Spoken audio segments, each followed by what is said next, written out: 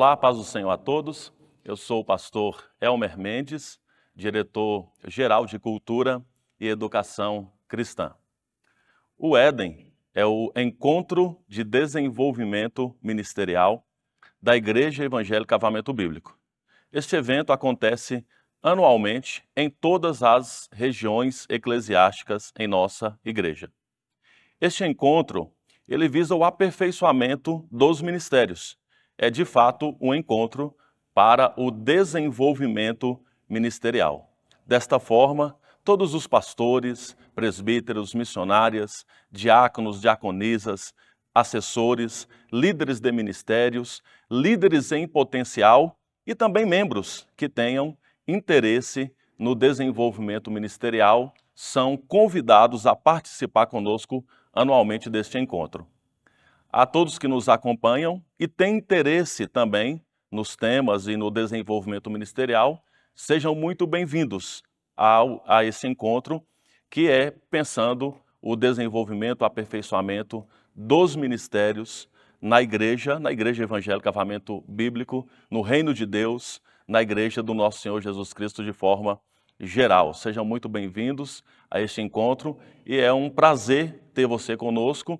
Este ano também nós estamos disponibilizando todas as ministrações também de forma online, através aqui do nosso canal do YouTube IEAB Oficial.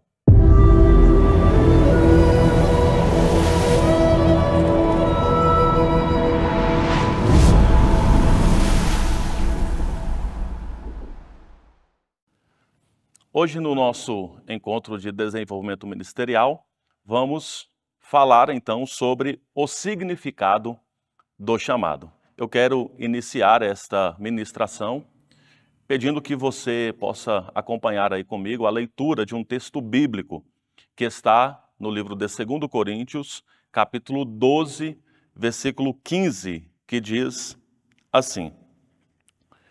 2 Coríntios, capítulo 12, versículo 15. Eu, de boa vontade, gastarei e me deixarei gastar em favor de vocês. Se eu os amo cada vez mais, será que vou ser amado cada vez menos? Esta é a tradução NAA. Quero ler em outra tradução também, na NVI, que diz, a tradução diz assim: assim, de boa vontade, por amor de vocês, gastarei tudo o que tenho e também me deixarei gastar pessoalmente. Visto que os amo tanto, devo ser menos amado? Eu vou, daqui a pouco, fazer uma exposição, uma breve exposição desse texto. Antes, porém, eu gostaria de trazer algumas definições, algumas considerações para iniciar esta palavra a todos vocês. Chamado, nós vamos falar sobre o significado do chamado.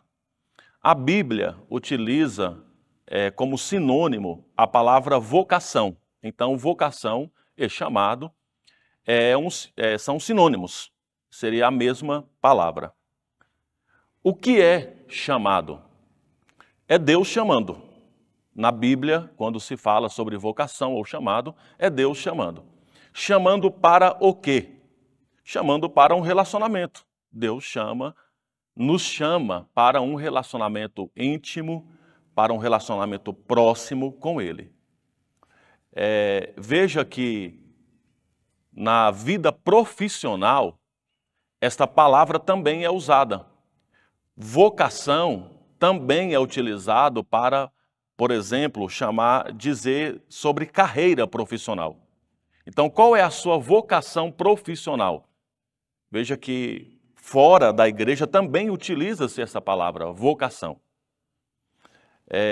Lógico que na igreja é uma outra dinâmica, porque tem a ver com ocupação, sim, biblicamente, vocação tem a ver com ocupação, tem a ver com trabalho, tem a ver com serviço ministerial. Mas é uma dinâmica totalmente diferente de uma vocação para a carreira profissional. Até mesmo porque, ministerialmente, o ministério não é uma profissão. O ministério é um chamado de Deus para um relacionamento próximo, de serviço em amor, servindo a Deus e servindo ao próximo. Então é neste sentido que nós vamos falar sobre vocação aqui nesta palavra. É a vocação sendo um servir a Deus em dedicação, em devoção, em respeito, em amor, e automaticamente também servir uns aos outros, servir ao próximo.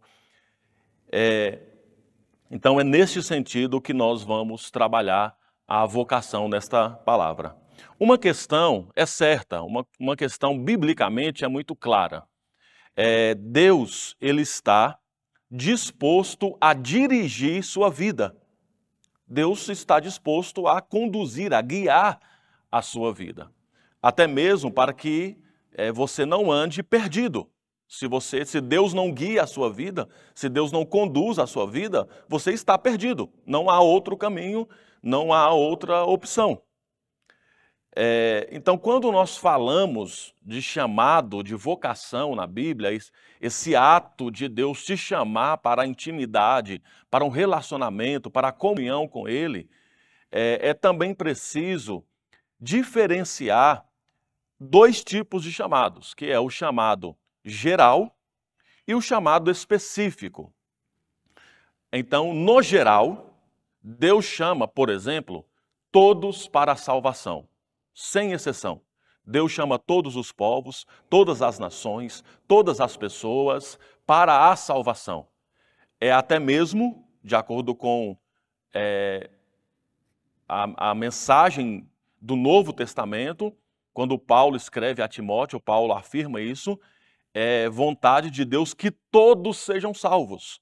E Deus chama todos à salvação e oportuniza, através da pregação do Evangelho, para que todos sejam salvos. É lógico que todos serão salvos? Não, não serão todos salvos.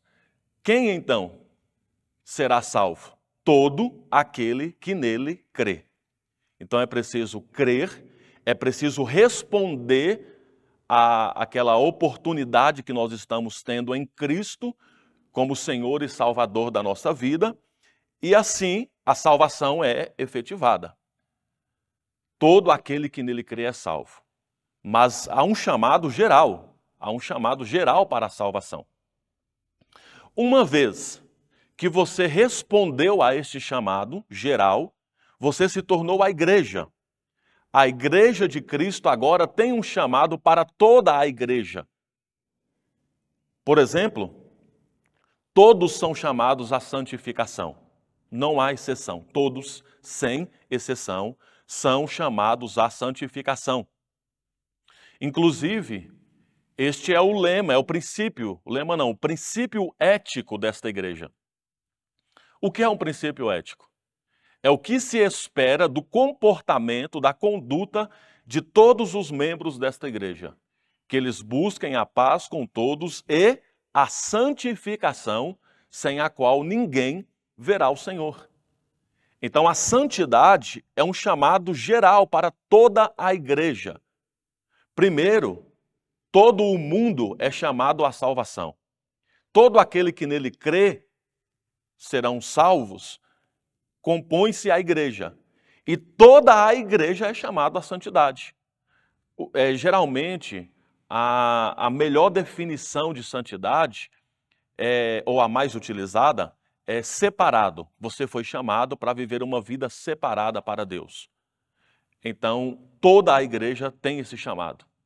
Vida reservada para uso exclusivo do Espírito Santo. Esse é o chamado para toda a igreja. Um dos chamados gerais para toda a igreja. Sabe por quê? Eu vou citar mais um. Toda a igreja é chamada para a evangelização também. Então, este é um chamado geral. Todos os cristãos agora devem compartilhar o evangelho com a sua família, com seus amigos, com seus colegas, até com pessoas desconhecidas. Mas se você conseguir fazer com as pessoas que você conhece, já está ótimo. Então, a evangelização é um chamado geral. Todos nós somos chamados para a evangelização. Então, veja que tem um chamado geral, mas também tem um chamado específico. Qual é o chamado específico? O específico é quando Deus, então, chama você e dá uma tarefa especificamente para você. E para isso acontecer, veja, Deus ele está disposto a dirigir a sua vida, mas cabe a você colocar a sua vida a serviço de Deus. Porque Deus não vai fazer isso de uma forma forçada. E uma vez que você entregou a sua vida a Cristo, veja bem, ela não pertence mais a você. Você já a entregou a Cristo. Então a sua vida não é mais sua, ela pertence a Cristo. Então coloque-se a serviço de Deus. E este é o chamado específico.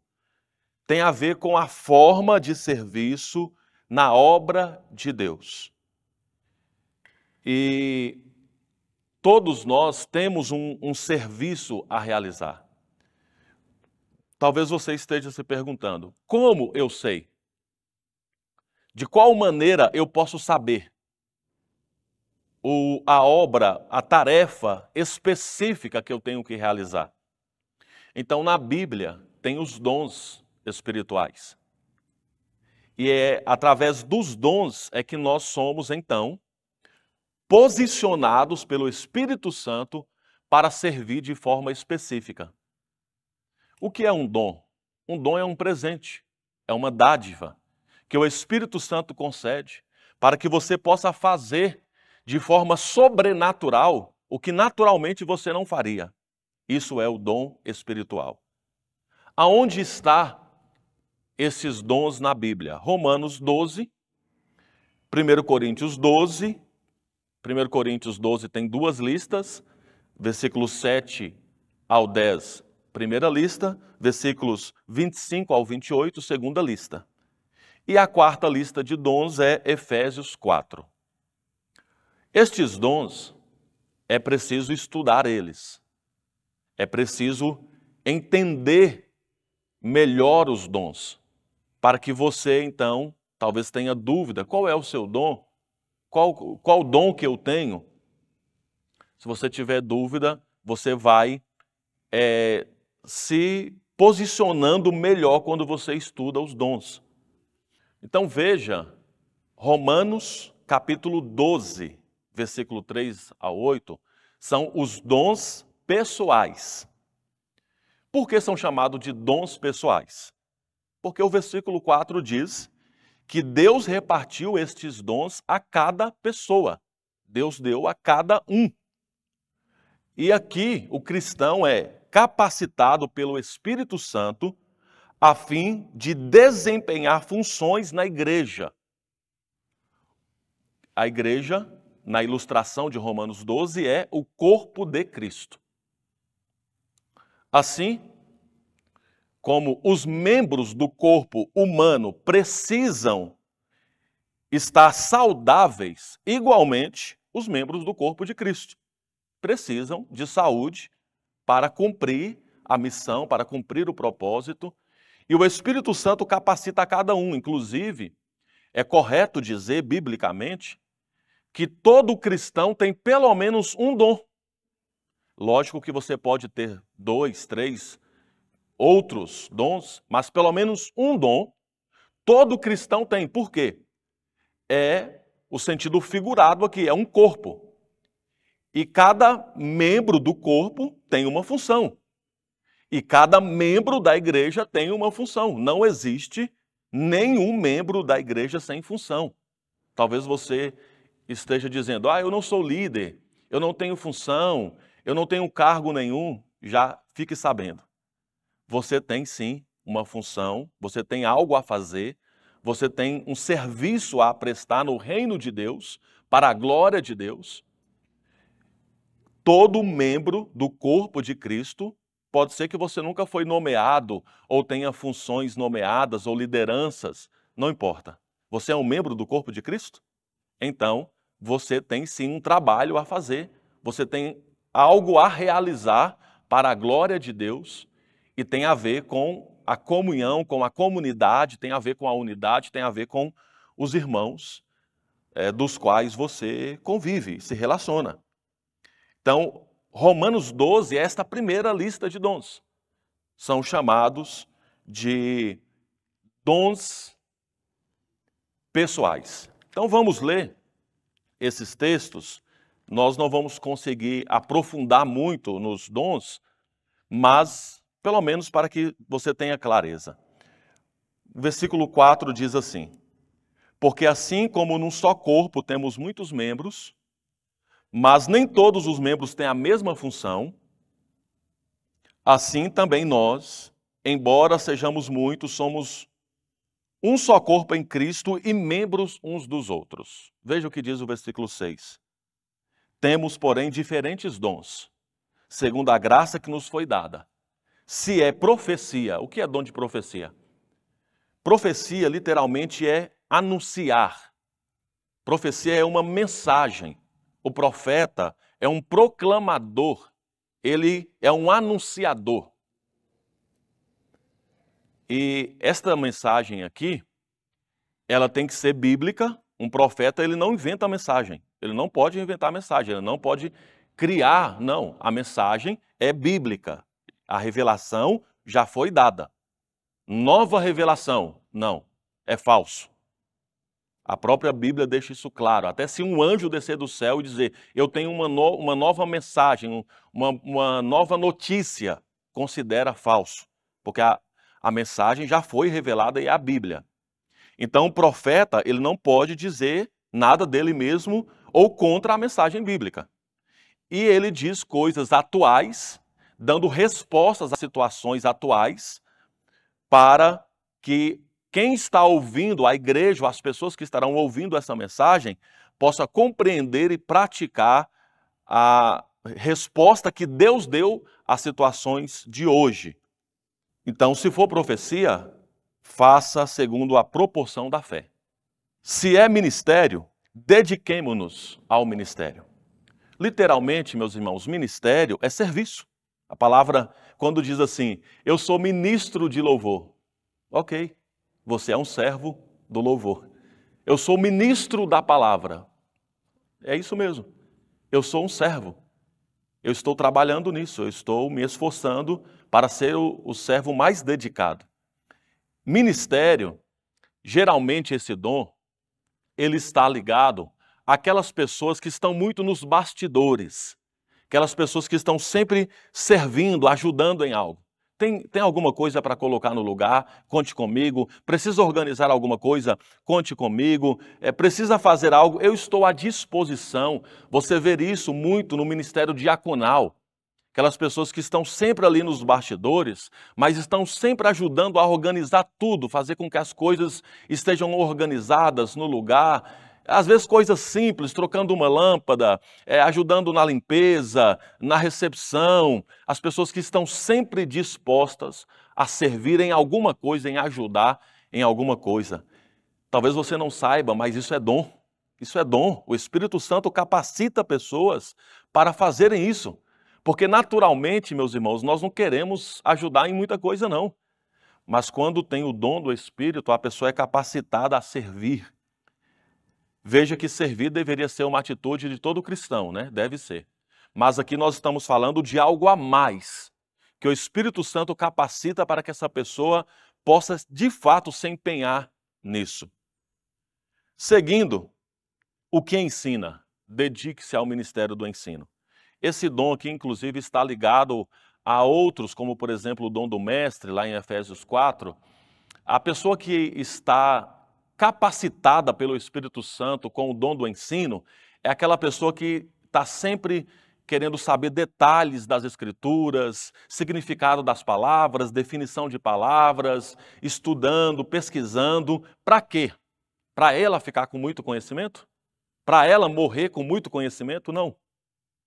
O propósito é só um: ajudar as outras pessoas, servir as outras pessoas, fazer com que as outras pessoas tenham clareza no ensino bíblico. Este é um dom que o Espírito Santo capacita as pessoas para o ensino. Seguindo, o próximo dom é o da exortação. O que exorta, faça com dedicação. Tem gente que pensa que exortação é dar bronca. Não é. Exortação é dar ânimo. Literalmente, exortar significa dar ânimo. Então, Deus, o Espírito Santo, capacita pessoas para identificar pessoas que estão tristes, abatidas, fracas na fé, distantes do Evangelho, afastadas. Cadê aquele irmão que não aparece, que sumiu? Então, vou dar ânimo para ele. Vou me colocar ao lado desse irmão para ser um fator de ânimo. Isto é exortação. E o Espírito Santo é quem capacita as pessoas para exortar. E também o que contribui com generosidade. O dom da contribuição é quando o Espírito Santo capacita uma pessoa para ir além de dízimos e ofertas. Ele vai além do que já é um princípio. O dízimo e a oferta já é um princípio. Só que esta pessoa, ela está sempre contribuindo a mais. Ela quer ter mais recursos, não para o enriquecimento dela, mas para contribuir mais, para ajudar mais, para ser ali um canal de bênção, de serviço a Deus nas questões de contribuição. E aquele que contribui deve fazer com generosidade. E o que preside? O que é o dom de presidir? Inclusive, na tradução da NVI, usa a palavra aquele que lidera. É uma boa tradução, é possível. Apesar de que a palavra liderança não tem na Bíblia. A Bíblia, eu estou dizendo, nos textos antigos, nos originais, não tem essa palavra. Veja que quando Deus chama Moisés, ele não fala Moisés, meu grande líder. Paulo, o grande líder entre os gentios. Não, Deus não trata dessa forma. Ele diz assim, Moisés, meu servo. O próprio apóstolo Paulo, quando ele se apresenta, ele diz, servo do Senhor Jesus Cristo, porque liderança na igreja é servir. Então, este dom, o Espírito Santo dá. O Espírito Santo dá esse dom. E esta pessoa fica com a capacitação do Espírito Santo para fazer o quê? Guiar, conduzir, levar pessoas em um propósito. Veja na realidade da igreja, um líder de jovens, por exemplo. Esse líder, ele deve saber aonde ele está conduzindo os jovens. Em qual propósito? Em qual objetivo? Uma líder do ministério de mulher, ela deve ter muita clareza. Como guiar esse grupo? Qual é o objetivo deste ministério? Qual é o propósito? O que queremos alcançar? E assim, qualquer liderança na igreja deve se perguntar isso. Liderança na igreja, meus irmãos, não é só para reunir o pessoal para cantar, não. Apesar que o líder do ministério de louvor deve fazer isso. Mas não é só isso também, mesmo o líder do ministério de louvor. Há um objetivo, há um propósito, tem que estar muito claro. Precisa conduzir este ministério com um propósito de comunhão, de edificação, de crescimento na fé, de maturidade, de evangelização. Líder precisa guiar, conduzir pessoas em um objetivo. E no nosso caso, da igreja, o objetivo já está bem claro. A maturidade, a fé, a edificação, a evangelização, a missão já está bem clara. Então, quem lidera, faça com zelo. Quem preside, seja zeloso na condução de pessoas. E quem exerce misericórdia, faça com alegria. Este dom de exercer misericórdia é o Espírito Santo capacitando pessoas para olhar para os menos favorecidos, pessoas com condições de vida ruim, difícil, às vezes enfermo, às vezes desprezado pela sociedade, esquecido. Pessoas que não têm muito olhar da sociedade. O Espírito Santo capacita pessoas para dar esse olhar, o olhar mais de atenção. E lógico, não estou dizendo apenas de um olhar de ter misericórdia, não é sentir dó. Você olha para uma pessoa e diz, olha, que dó dessa pessoa, e vira as costas. Não. O que nós podemos fazer para ajudar os menos favorecidos, os enfermos? O que nós podemos fazer para ajudar pessoas que estão em condições difíceis? Este é o dom da misericórdia. O Espírito Santo capacita pessoas e você deve fazer isso com alegria. Observou? Eu fiz um breve comentário aqui só de Romanos 12, da lista de dons de Romanos 12. Mas tem também em 1 Coríntios 12, aqui nós temos os chamados dons de manifestação, porque o texto bíblico diz isso, que a manifestação do Espírito é concedida a cada um visando um fim proveitoso. É o versículo 7 do capítulo 12 de 1 Coríntios que diz. E esses dons, a finalidade dele é a edificação e o encorajamento e os milagres na igreja. Depois nós temos a outra lista de dons de operação na igreja local, 1 Coríntios 12, 25 ao 28, porque o Senhor estabeleceu esses dons na igreja local. A primeiro momento, a localidade era Corinto, mas isto, logicamente, serviria para todas as igrejas locais, não importa em qual cidade você está. E estes dons de 1 Coríntios 12, 25 ao 28, é para o fortalecimento e a expansão da igreja através do serviço a Deus e ao próximo. O Espírito Santo age em cada localidade para que aquelas igrejas locais se multipliquem, abrem novas congregações, através do dom do Espírito, isso acontece. E nós temos os dons ministeriais, Efésios 4, 11, que é chamado de ministerial, porque o versículo 12 diz que com vista ao aperfeiçoamento dos santos para o desempenho do ministério ou do serviço para a edificação do corpo de Cristo. Veja, meus irmãos, o Espírito Santo, eu disse no início que Deus chama. E o significado do chamado é relacionamento. Deus chamando um povo para si. A primeiro momento, o chamado é para a salvação. A partir do momento que todo aquele que nele crê se tornou a igreja, Deus chama para a intimidade, para um relacionamento. Deus quer se relacionar conosco. É um relacionamento de amor, de intimidade, de proximidade. Você precisa ter esse relacionamento com Deus diariamente. Isto é o chamado. A partir daí vem o serviço. Nós começamos a trabalhar em amor e com dedicação na obra de Deus. E o Espírito Santo vai te capacitando. Esse chamado, ele não é assim, agora eu te chamei, começa a fazer aí alguma coisa, não. Deus não deixa você sozinho nesta. O Espírito Santo vai te capacitando para que você possa servi-lo e estar empenhado em toda boa obra para a glória de Deus. Então sirva a Deus e ao próximo. Ore, busque melhor compreensão bíblica sobre o seu chamado específico. Empenhe-se também em fazer algo, talvez mesmo que você não saiba, eu não sei ainda para que Deus me chamou.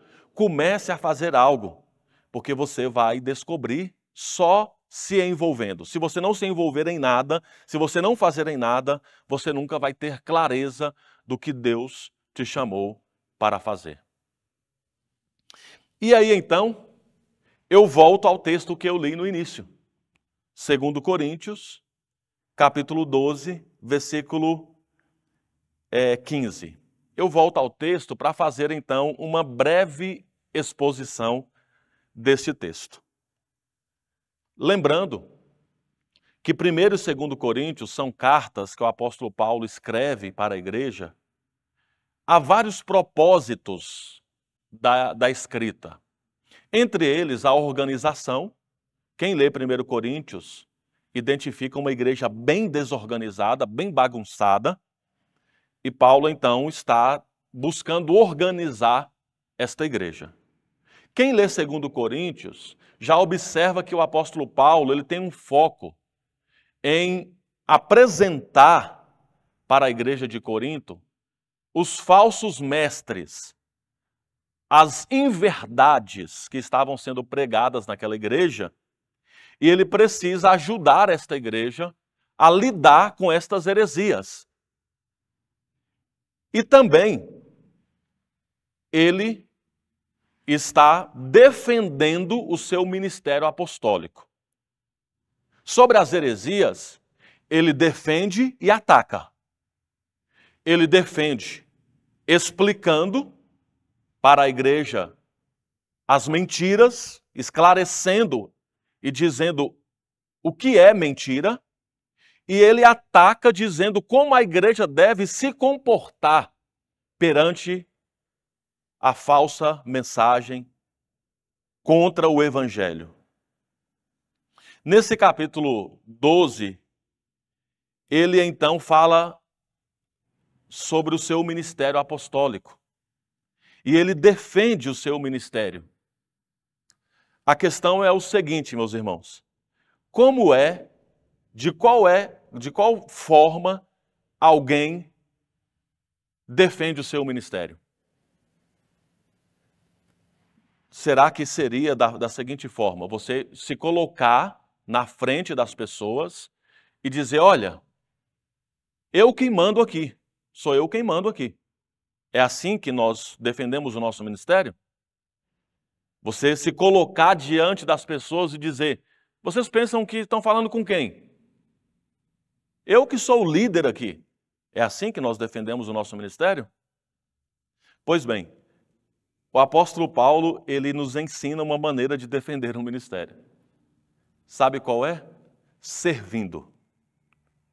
Ele diz assim, eu estou gastando a minha vida aqui com vocês. Eu estou de boa vontade, gastando e me deixando gastar em favor de vocês. Se eu os amo cada vez mais, será que vou ser amado cada vez menos? E no contexto, depois releia todo o livro de 2 Coríntios, para que fique mais claro o que eu estou falando aqui. No contexto, ele está dizendo, eu estou com vocês a exemplo de um pai. Ele dá esse exemplo aqui no capítulo 12, a exemplo de um pai. E um pai, ele não quer se enriquecer com os filhos. Por conta dos filhos, ele não está querendo obter nenhum lucro dos seus filhos. Pelo contrário, no normal, o pai deixa algo para os filhos. No normal é isso. Talvez alguns pais podem não deixar muita coisa, mas alguma coisa deixa para os filhos. E Paulo está dizendo, eu estou me relacionando com vocês a exemplo de um pai. Eu estou gastando a minha vida, estou me deixando gastar aqui com vocês. E é assim que ele está defendendo o seu ministério. Ele está defendendo o seu chamado desta forma, servindo, gastando a sua vida, deixando-se gastar. E aqui tem um convite para nós, meus irmãos. No que você está gastando a sua vida? Este é o significado do chamado. No que você está gastando a sua vida? No que você está deixando-se gastar o seu tempo, a sua saúde, os seus recursos? Qual é o propósito da sua vida? O que você está fazendo com a sua vida? Qual é a sua ocupação? O que você está permitindo deixar entrar na sua mente, no seu coração, nas suas atitudes Esse é o significado do chamado. Deus chama você para um relacionamento com Ele e para uma entrega total de amor, de dedicação. A exemplo do apóstolo Paulo, que está dizendo aqui a esta igreja de Corinto. E é assim que ele defende o seu ministério.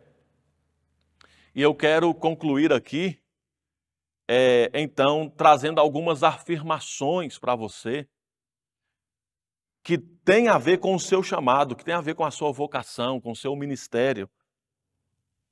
Deus continua nos chamando todos para servir. Veja, o maior exemplo é Jesus. Marcos 10, 42 diz que Jesus, ele não veio para ser servido, mas para servir. E Jesus até dá um exemplo de como é no mundo, no governo humano, o serviço. E Jesus diz assim: vocês sabem que os que são considerados governadores dos povos os dominam e que seus maiorais exercem autoridade sobre eles. Mas entre vocês não é assim, pelo contrário. Quem quiser tornar-se grande entre vocês, que se coloque a serviço dos outros. E quem quiser ser o primeiro entre vocês, que seja servo de todos. Pois o Filho do Homem não veio para ser servido, mas para servir e dar a sua vida em resgate por muitos. Esquece a liderança do governo dos homens. O governo dos homens tem um tipo de liderança. O governo da igreja não deve ser igual, não deve. Olha o que Jesus disse: quem quiser tornar-se grande, coloque-se a serviço dos outros. Ser grande no reino de Deus é servir as outras pessoas. Um outro princípio que eu coloco para você sobre o seu chamado, sobre a sua vocação, é que o exemplo, ele já foi posto. O exemplo é Jesus. Ofereça suas habilidades. Ofereça seus talentos. E principalmente viva na prática do dom do Espírito Santo, e você então estará vivendo uma vida exemplificada por Cristo. Seja humilde, comprometido. No que você está comprometido nesses últimos dias, meu irmão? Busque revestimento do alto para cumprir o seu chamado com excelência. Veja o que Lucas 22, 27 diz: pois qual é o maior, aquele que está à mesa ou aquele que serve? Não é verdade que é aquele que está à mesa? Pois no meio de vocês, disse Jesus, eu sou como quem serve. Só que muitas pessoas só querem estar à mesa, mas Jesus é como aquele que serve. E por fim, o propósito do seu chamado, o propósito para o qual você foi chamado, é a glória de Deus. O motivo é a glória de Deus, não dos homens. Não tem a ver com aplausos, com glória para você mesmo, não.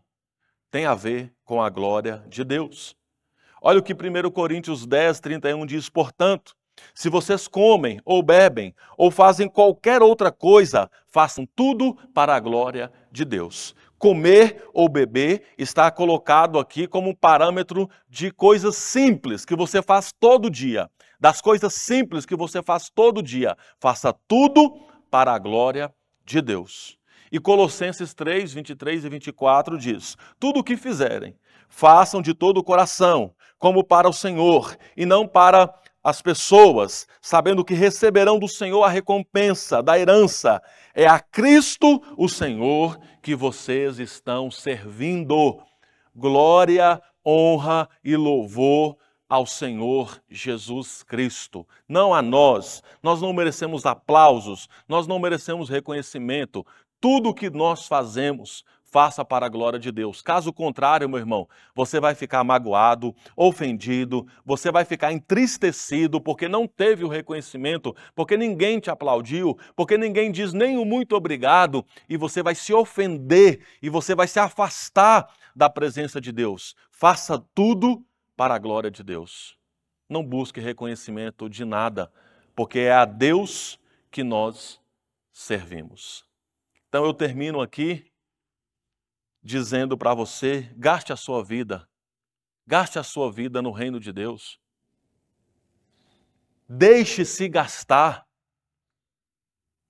Ofereça o melhor em zelo, em dedicação, em empenho, em comprometimento no reino de Deus. E assim, o chamado terá significado na sua vida.